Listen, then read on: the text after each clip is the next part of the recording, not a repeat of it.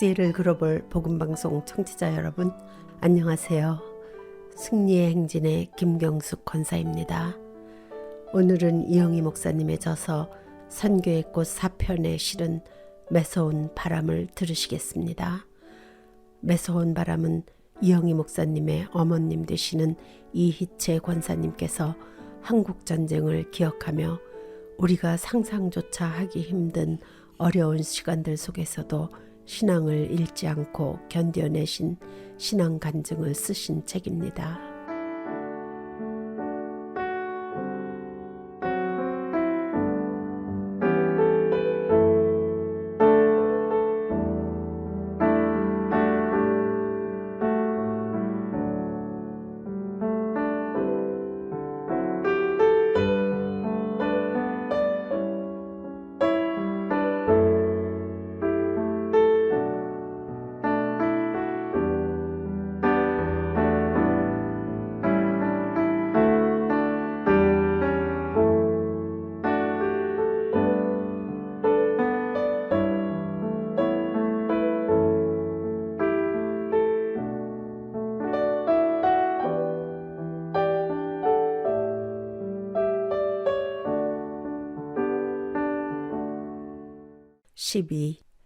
송탄. 경희가 태어난 후 세 아이와 생계를 꾸리는데 힘이 들었다. 남편이 하는 거라곤 노름을 하거나 친구들과 어울리는 게 다였다. 그리고 돈이 다 떨어지면 노름돈이 없으니 노름하는 것을 구경한다는 것이다. 남편 노름 때문에 가족이 송골에서 계속 살 수 없다고 생각하고 있을 때 송탄시에 미군 공군부대가 있어서 경기가 좋다는 소문을 들었다. 송탄에서 가게를 크게 하고 있는 친구를 찾아갔는데 내가 그곳으로 이사 오면 바느질을 할 수 있게 도와줄 수 있다고 했다. 남편은 송골에서 어떤 일자리도 찾을 수 없었기에 우리에게 밝은 미래가 없다고 생각한 나는 송탄으로 이사 가자고 남편에게 제안했다. 하지만 다른 도시로 이사를 가고 싶지 않다고 말하는 남편에게 나는 먼저 이사를 가겠어요. 당신은 부모님과 함께 지내시다가 준비가 되면 송탄으로 오세요. 남편에게 재봉틀과 이불들을 옮겨달라고 했고 남편은 그것을 도와주고는 다시 송골로 돌아갔다. 나는 친구를 도와 바느질을 시작했다. 아들 천호와 경희는 나와 같이 이사하고 영희는 남편에게 맡겼다. 6개월 후에 남편은 송탄으로 왔고 시아버님이 돌아가신 후 시어머니께서도 우리와 함께 살기 위해 오셨다. 남편과 장사를 해보려고 의논했지만 어떤 종류의 장사를 시작해야 할지 몰랐다. 구운 고구마를 파는 일이 괜찮아 보여서 고구마 장사를 시작했다. 남편은 온양에 가서 고구마를 한 가마씩 사서 버스에 실어왔고 거리에서 고구마를 구워서 팔았는데 겨울에는 괜찮은 장사가 되었지만 여름엔 뜨거운 고구마가 팔리지 않았다. 하루는 남편이 할 일이 있을까 싶어 성안에 있는 조양 성냥 공장에 들렀다. 성냥을 박스에 넣는 것을 보고 우리가 박스를 가져오면 살 수 있느냐고 물었더니 살 수 있다고 했다. 남편에게 그 말을 했더니 그 일을 해보겠다는 것이다. 그때부터 남편은 아침 일찍 자전거를 타고 가게에 가서 사용할 박스를 사 모았다. 남편은 성냥 공장에 팔 박스를 손으로 만들기 시작했다. 그 후 박스 공장은 확장되어 9명의 종업원이 새로운 재료와 기계로 박스를 만들어서 성냥 공장과 더불어 양복점과 제과점에도 보내는 일을 했다. 13. 회복. 송골에서는 시어머니와 남편이 교회를 다니지 말라 했어도 교회를 다녔다. 송탄으로 이사한 뒤에는 너무 바쁘게 일을 하느라 예배에 점점 빠지게 되었다. 근 1년간 교회를 다니지 못해서 신경이 쓰였지만 나중에는 다니지 않아도 신경이 쓰이지 않았다. 어느 날 딸아이 경희가 3달간이나 먹기만 하면 계속 토하고 설사를 하게 되었다. 복용시킨 어떤 약도 소용이 없었다. 결국 아이는 허약해졌고 일어설 수조차 없었다. 나는 아이를 잃는 것이 아닌가 하고 너무 염려가 되었다. 그 당시에 나는 계속 꿈에서 무당이 춤을 추는 것을 보았다. 왜 이런 꿈을 꾸는지 이해할 수가 없었다. 어느 나이 드신 여자분에게 왜 이런 꿈을 자꾸 꾸는지 아세요? 하고 물었다. 아줌마는 무당을 불러서 딸을 위해서 구슬해야 할 것 같아요. 저는 기독교인입니다. 절대로 무당은 부르지 않을 거예요. 그분은 내가 그 당시에 교회를 나가지 않고 있다는 것을 알고 있었다. 그러면 교회에 나가보셔야 할 것 같아요. 그 후에 좌동 감리교회에 가서 딸아이가 아파서 매우 걱정스럽다고 말했다. 그 교회 사람들은 치유의 은사를 받으신 한 권사님이 계시는데 아픈 사람들을 위해서 기도를 해주신다고 하셨다. 그래서 그 권사님을 만나서 경희를 위해서 기도를 해달라고 했다. 그분이 딸을 위해서 기도를 해주셨는데 다 죽어갈 것 같던 아이가 곧 상태가 많이 좋아져서 다시 음식을 먹고도 문제가 없는 것이었다. 내가 경희를 잃을 수도 있다고 생각했을 때 아이가 기적같이 나았던 것이다. 하나님께서 아이를 치료하셨다는 것을 알았기에 너무 감사했다. 그때 나는 이렇게 고백했다. 하나님은 진실로 살아계십니다. 이 일이 있었던 후 나는 성실하게 다시 교회에 출석했다. 14. 삼각산. 나는 아이들을 다 교회에 다니게 했다. 하지만 시어머니와 남편은 천호에게 교회에 다니지 말라고 했다. 남편이 아들에게 교회에 나가면 다리를 부러뜨릴 거라고 말했다는 것이다. 천호가 교회를 다니지 않게 되자 나는 어떻게 해야 할지 모를 만큼 화가 났다. 시어머니가 나에게도 다시 교회에 다니지 말라고 하셨지만 나는 전혀 개의치 않았다. 시어머니가 또다시 뒤뜰에 있는 김칫도구에다 사발에 물을 떠놓고 거기에 절하고 빌기 시작했다. 나는 김칫독에 놓인 그릇이 그렇게 미울 수가 없었다. 주변에 아무도 없을 때 사발을 돌 위에 올려놓고 망치로 두들겨 깨뜨려서 산산조각을 내서 쓰레기통에 버렸다. 그때 나는 너무 화가 나서 어떤 일이 벌어져도 싸울 준비가 되어 있었다. 시어머니가 집에 돌아와서 그녀의 그릇을 내가 어떻게 했는지 아시게 되자 나에게 욕을 퍼부셨다. 남편은 화가 나서 주변에 있는 물건들을 집어던지더니 칼을 가지고 와서 내 목에 대고 죽이겠다고 협박하며 교회에 나가지 말 것을 요구했다. 그 순간 성경 한 구절이 문득 떠올랐다. 마태복음 10장 28절에 몸은 죽여도 영혼은 능히 죽이지 못하는 자들을 두려워하지 말고 오직 몸과 영혼을 능히 지옥에 멸하실 수 있는 이를 두려워하라. 나에게 용기를 준 말씀이었다. 죽이려면 죽여요. 교회에 다니지 못한다면 차라리 죽는 게 낫겠어요. 그때 생각하지 않은 일이 일어났다. 벼랑간 남편이 숨을 허덕이며 가슴이 아프다면서 통증을 호소했다. 얼굴이 창백해진 남편은 칼을 집어던지고는 말했다. 가슴이 답답해. 무엇을 어떻게 해줄지 모르겠어. 나는 남편에게 권했다. 대천에 가셔서 해변에서 바람을 쉬고 휴양을 하고 오든지 아니면 삼각산 기도원에 갔다 오면 나아지실 거예요. 남편은 잠시 생각을 하더니 말했다. 삼각산 기도원으로 가봐야겠어. 나는 그때까지 삼각산 기도원이 어디에 있는지도 몰랐다. 그곳이 굉장히 좋은 기도원이라는 것만 들어서 알고 있었다. 친구를 통해서 삼각산이 어디에 있다는 것을 알아서 버스를 몇 번 갈아타고 남편과 그곳에 도착했다. 삼각산은 정말 아름다웠다. 산과 그리고 시냇물은 맑았고 공기는 상쾌했다. 천국에 와 있는 기분이 들었다. 남편도 그곳을 좋아했다. 그 기도원은 1000명 이상의 사람이 모였고 많은 목사님이 돌아가며 온종일 설교를 하셨다. 우리는 그곳에서 예배에 참석했는데 의아하게도 남편이 예배에 참석하는 것을 좋아하였다.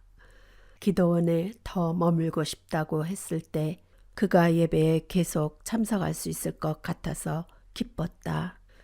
남편은 그곳에 남고 나는 가족들과 사업을 돌봐야 했으므로 집으로 돌아왔다. 시어머니에게 삼각산이 얼마나 아름다운지에 대해 말했고 남편이 아주 좋아한다는 말을 들으시더니 시어머니께서 말씀하셨다. 거기가 그렇게 좋다면 나도 그곳에 가고 싶구나. 시어머니가 그곳에 가고 싶으시다는 말씀에 너무 기뻤다. 제가 어머니를 거기에 모셔다 드릴게요. 어머니가 아주 좋아하실 거예요. 음식을 준비하고 딸 영희에게 할머니가 삼각산에 가시는데 같이 가서 요리하시는 걸 도와드리라고 했다. 그때 영희는 9살이었다. 시어머니와 영희를 삼각산에 데려다주고 집으로 돌아왔다. 약 2주 후 삼각산에 도착했을 때 영희가 이렇게 말했다. 엄마, 할머니가 나무를 뽑고 성령을 받으셨대요. 한 강사 목사님이 산으로 올라가서 나무를 하나 붙잡고 열심히 성령을 받기 위해 뿌리를 뽑을 때까지 매달려서 힘을 들여서 기도하라고 하셨다는 것이다.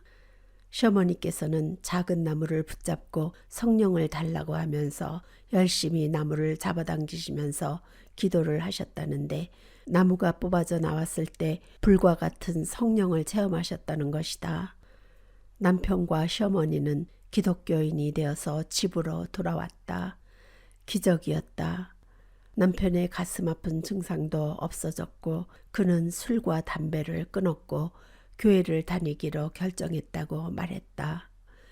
나는 너무 기쁘고 감사했다. 일요일 날 아침에 시어머니와 남편이 옷을 차려입고 같이 교회에 가자고 빨리 나오라고 말했을 때 더 이상 기쁠 수가 없었다. 세상 모든 것을 얻은 기분이었다. 또 우리 가족은 가정 예배를 드렸다. 남편은 목청이 좋아서 찬송을 잘 불렀다.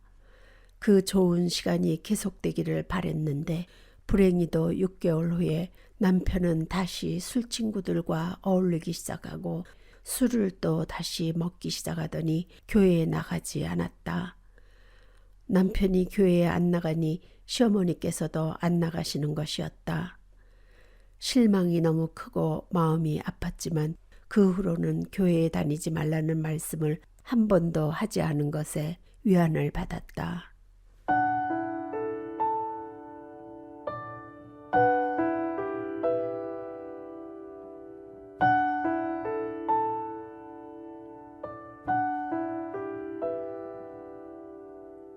사랑은 여전히 사랑이어서 그대 깊은 마음을 쉬게 해.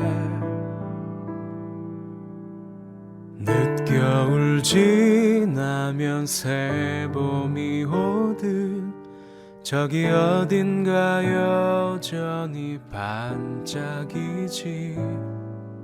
그대 모습 이미 아름다워 마치 잊혀진 얘기 같아도 한 줌의 용기와 한 방울의 눈물 그 눈으로 보게 되면 사랑은 여전히 사랑이어서 우리 작은 삶들에 비치고 깊은 밤 지나면 새날이 오듯 여기 손에 닿을 듯 가까이 손짓하며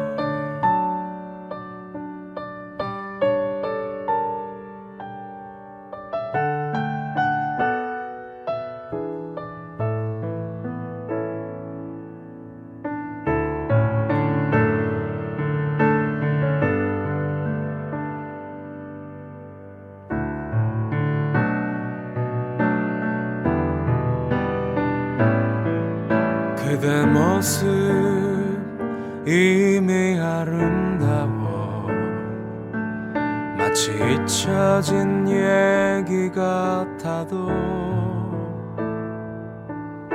한 줌의 용기와 한 방울의 눈물 그 눈으로 보게 되면 사랑은 여전히 사랑이어서 우리 작은 삶들에 비추고 깊은 밤 지나면 새날이 오듯 여기 손에 닿을 듯 가까이 손짓하지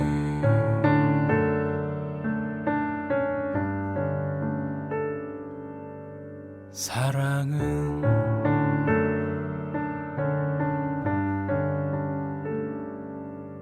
사랑은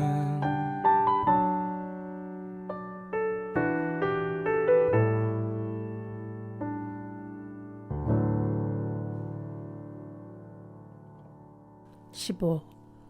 용서. 나에겐 2명의 시누이가 있었다. 그중 언니가 혜자였고 동생이 수자였다. 수자는 내가 탐탁해하지 않은 사람과 결혼하기를 원했는데 조금 더 기다려 나은 사람을 만나는 게 어떻겠냐고 말했을 때 나에게 욕설을 퍼부었다. 나는 화가 나서 이렇게 말했다. 네가 내 덕에 사는 것이 아니고 내가 내 덕에 사는 것도 아니니 네 맘대로 해라.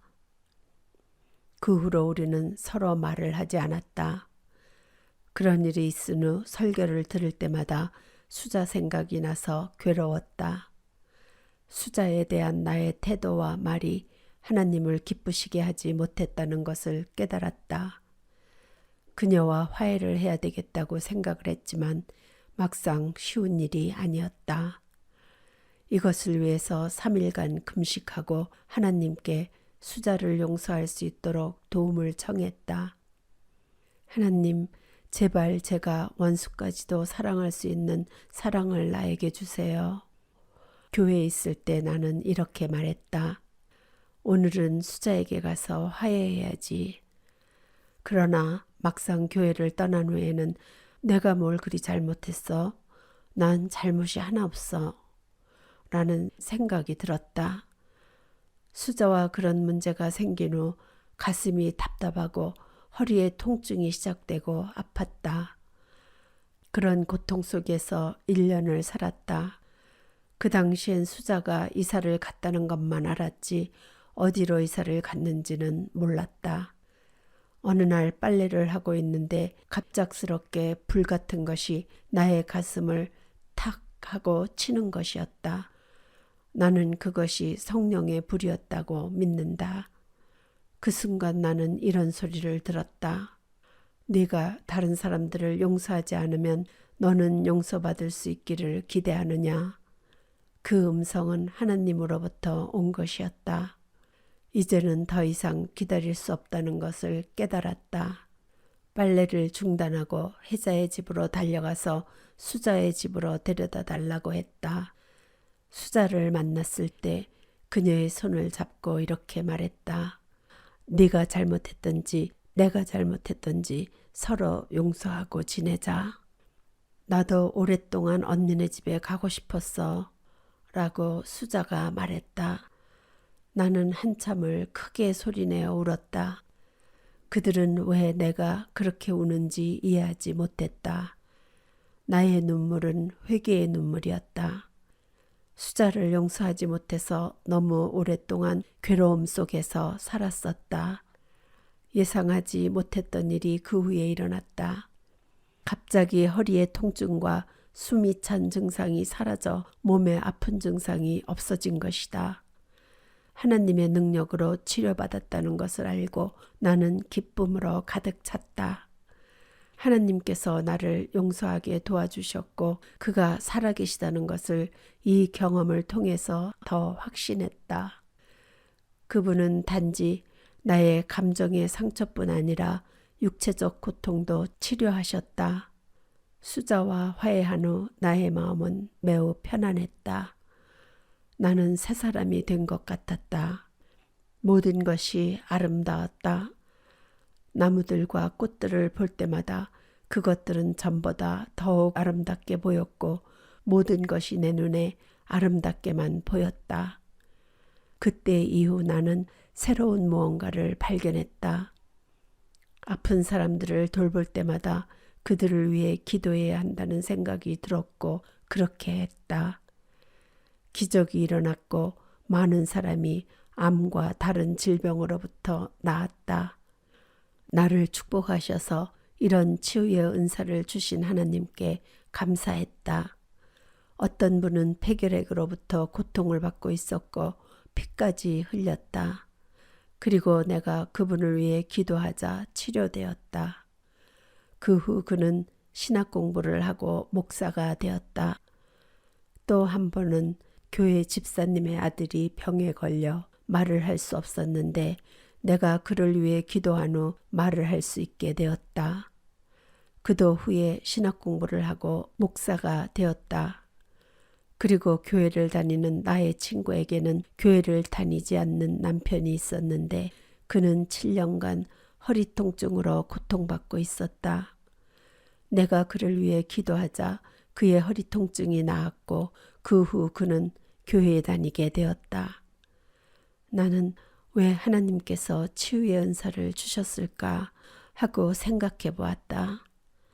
나는 하나님께서 내가 하나님께 헌신하기를 원한다는 것을 아시고 주신 것 같았다. 교회에서 하나님께 헌신할 일을 하려 해도 내가 학교 교육을 받지 못했으므로 일을 하기가 힘드니까 이런 은사를 주셨다고 믿었다. 다른 사람을 위해 기도하고 그 사람들이 기도를 받고 나았을 때 목사님들께서는 은사를 사용하라고 격려했다. 하나님께서 나를 사용하신다는 것에 대해서 무척 감사했다.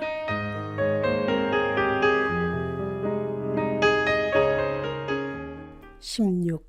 위로. 경희가 고등학교 3학년 때 성남시에서 친구들과 자전거를 타던 중 차가 들어받아서 그 자리에서 죽고 말았다. 나는 망년자실에서 고통과 비탄에 잠겨 어찌할 바를 몰랐다. 죽은 그 해의 나이 또래의 여자애들을 보면 그들에게 뛰어가서 내 딸은 아닌지 확인하곤 했다. 경희가 아팠을 때 하나님이 병을 고쳐주셔서 여러 명을 살려주었다고 생각했기 때문에 이렇게 빨리 끝나리라 예상치 못했던 것이다. 그 애가 고생을 너무 많이 하다 갔기 때문에 너무 불쌍한 생각이 들어서 마음이 더욱 아팠다. 경희를 잃은 슬픔으로 눈물 속에서 살아가고 있었을 때에 좌동감리교회 목사님은 성도들에게 전도를 하라고 하시면서 교회에서 항상 전도지를 가져갈 수 있도록 해주셨다. 그래서 나는 언제 어디서든 전도지를 나누어 주며 예수님을 믿으라고 전도했다. 어느 날 서울로 가는 열차 안에서 전도지를 나누어 주며 전도하는데 하나님의 음성을 들었다. 경희는 나와 같이 천국에 있다. 내가 그 아이를 돌보고 있으니 걱정하지 말아라. 그 말씀은 나에게 큰 위로가 되었다. 그 후로는 경희 나이 또래의 여자아이들을 보아도 마음이 아프지 않았다. 하나님께서 나의 상처를 치유해 주신 것이었다. 17. 순종. 남편은 박스를 만드는 사업이 확장되고 있었고 새 기계들을 사길 원했다.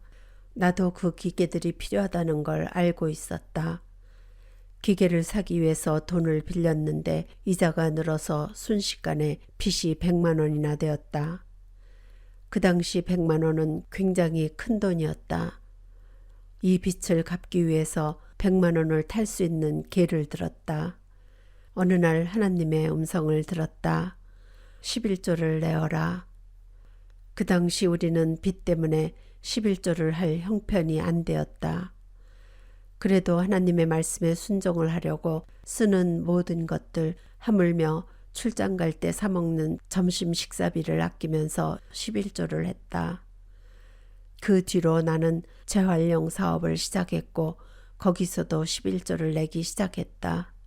그 당시에 우리 교회는 부흥하고 있었고 건축을 공사하는데 많은 자금이 필요했다. 어느 날 목사님께서 교회가 일꾼들에게 줄 돈이 충분하지 못하다고 광고를 하셨다. 하나님께서는 내가 진 빚을 갚으려고 계획한 갯돈 100만 원을 교회에 바치라고 하셨다. 다음 달에 갯돈을 타기로 되어 있었는데 그 돈 모두를 바쳐야 한다는 것이 믿기가 어려웠다. 빚을 먼저 갚고 싶었다. 만약 그 돈 모두를 교회 헌금으로 사용하겠다면 남편이 뭐라고 하겠는가. 어느 날 내가 누워있는데 전에는 없던 일을 경험했다. 갑자기 손가락 하나도 움직일 수 없는 것이었다. 그때 하나님께서 나를 여러 번이나 죽음에서 건져주셨고 내가 가진 것도 내 것이 아닌 하나님의 것이라는 걸 깨달았다. 하나님께서 어려운 것을 하라 말씀하셨을 때 순종하기 어려울 때라도 기꺼이 순종해야 한다는 것을 깨달은 것이다. 하나님께서는 내가 나 자신의 금전적인 문제를 돌보기 전에 교회를 돌보시길 원하셨다. 하겠습니다, 하나님. 하나님께 불순종한 마음을 용서해 달라고 빌었다. 그런 뒤에야 몸을 움직일 수 있었다. 친구들에게 갯돈을 한 달 먼저 받을 수 있게 요청해서 그 돈 모두를 건축헌금으로 드렸다. 이것을 남편은 물론 누구에게도 말하지 않았다. 우리가 빚이 있음에도 다른 사람들이 나를 이해할 수 없을 것이라고 생각했기 때문이다. 사실 남편은 교회에 내가 너무 많은 헌금을 냈다고 불평을 하고 있었다. 만약 남편이 100만 원을 헌금으로 냈다는 것을 알면 그는 내가 미쳤다고 생각하겠지만 나는 하나님께 순종해야 했다. 어떻게 빚을 갚아야 할지 고민했다. 그 많은 빚을 청산하는 건 불가능하다고 생각했는데 재활용 사업이 잘 되어서 생각한 것보다 더 빨리 모든 빚을 갚을 수 있었다. 하나님께 감사를 드렸다.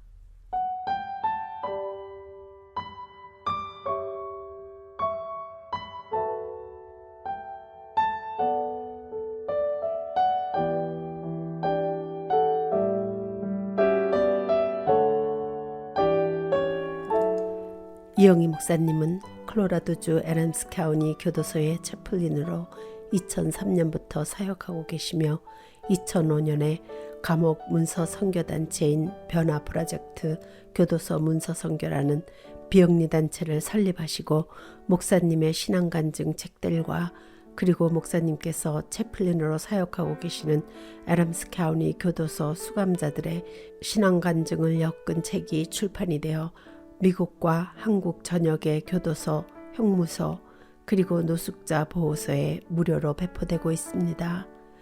이외에도 목사님께서 영어로 쓰신 30권 이상의 책들도 6개국어로 번역이 되어 배포되고 있습니다.